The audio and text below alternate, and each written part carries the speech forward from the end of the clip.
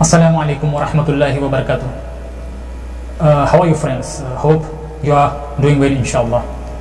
Friends, today we are going to know the significance of Ismul Azam, the blessed names of Allah subhanahu wa ta'ala.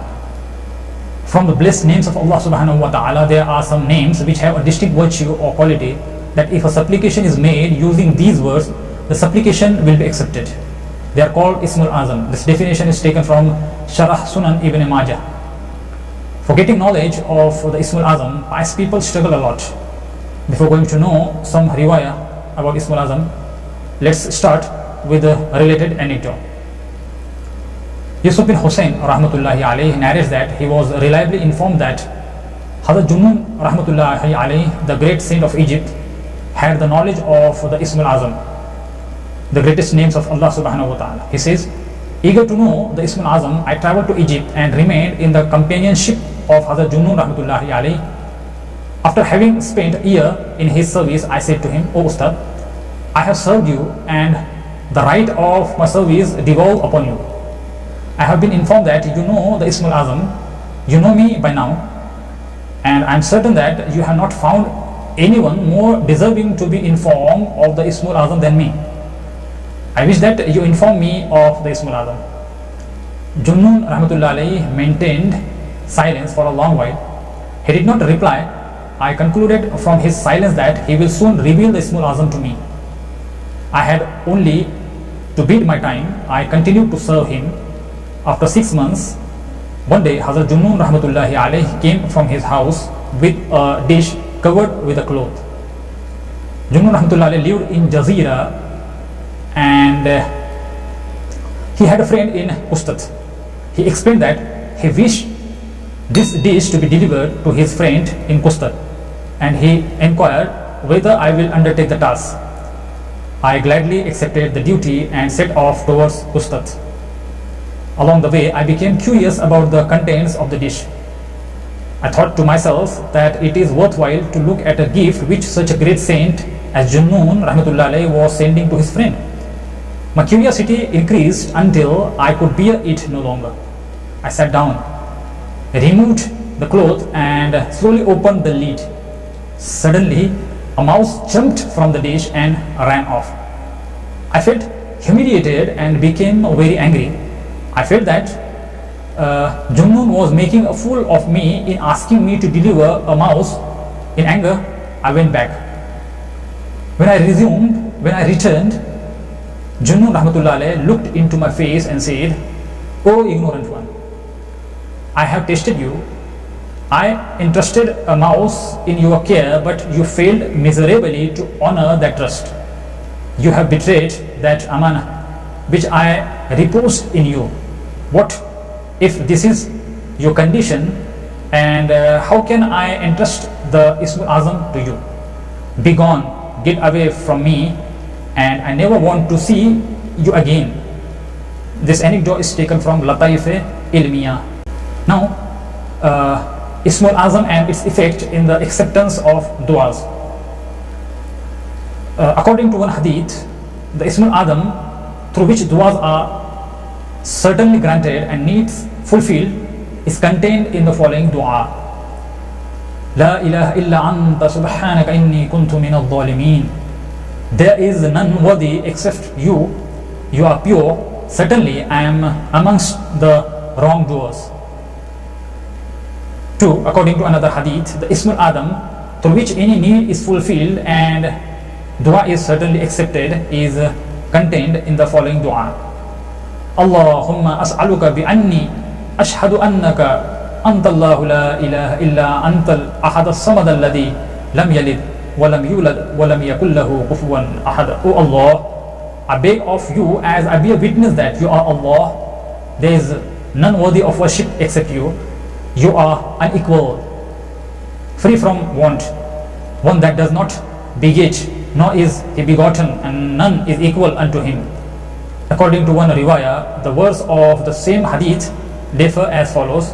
Allahumma inni as'aluka bi annaka antallahu ahad as-samad alladhi lam yalid wa lam yulad wa lam yakul lahu kufuwan ahad. O Allah, I beg of you as you are Allah, unequal, free from want, one that does not beget, or is he begotten, and none is equal unto him. 3. According to another hadith, the greatest name of Allah through which du'as are heard and any need is fulfilled is contained in the following dua. Allahumma inni as'aluka bi anna lakal hamdu la ilaha illa anta wahdaka la sharika laka al-hannanul mannanu badi'us samawati wal ardi ya dhal jalali wal ikrami. O Allah, I beg of you, as all praises are due to you alone. There is none worthy of worship except you. You are one without partner. You are most kind, beneficent, and the originator of the heavens and earth, O majestic and benevolent Lord. According to another source of the above hadith, instead of Ya Dal Jalali wal Ikrami, the words Ya Hayyu, Ya Qayyumu have appeared, meaning O everlasting, the sustainer. 4. According to another hadith, the Ismul Azam is contained in the following 2 verses of the Holy Quran. Wa ilahukum ilahu wahid la ilaha illa huwa rahmanur rahim. And your deity is but one and only deity. There is none worthy of worship except He, the compassionate, the merciful. The another verse is Alif Lam Mim Allahu la ilaha illa huwa al-hayyul qayyum. Alif Lam Mim, Allah is He besides whom there is none worthy of worship, the everlasting, the self-subsisting. 5. According to another narration, the Ismul Azam is contained in one of 3 surahs with Surah Baqarah, Ali Imran, and Taha. 6. Qasim ibn Abdul Rahman, a distinguished pupil of Abu Umama radiallahu ta'ala, says that he had searched for the Ismul Azam in the above 3 surahs and found the attributes of Allah, Al-Hayyu, Al-Qayyum, to be it. As reconciliatory measure between the various ahadith, Imam Zahri rahmatullah, the author of Al-Hisnul Hasin, declares the following verse to be Ismul Azam, Allahu la ilaha illa huwa al-hayyul qayyum. This view is supported by a hadith recorded, Kitabud Du'a, by Al-Wahdi. More hadith on excellence of Ismul Azam. Rasulullah sallallahu alayhi wasallam was heard a person calling Allah by this great name of his, Ya Dal Jalali wal Ikrami, O possessor of majesty and benevolence. Rasulullah sallallahu alayhi wasallam remarked, surely your du'as will be granted. Ask of Allah whatever you wish. According to another hadith, an angel is appointed by Allah so that whatever someone says the following words thrice, he, the angel, respond by saying, no doubt the most merciful has focused all his attention towards you. Ask of him whatever you please. The words are Ya Arhamur Rahimin,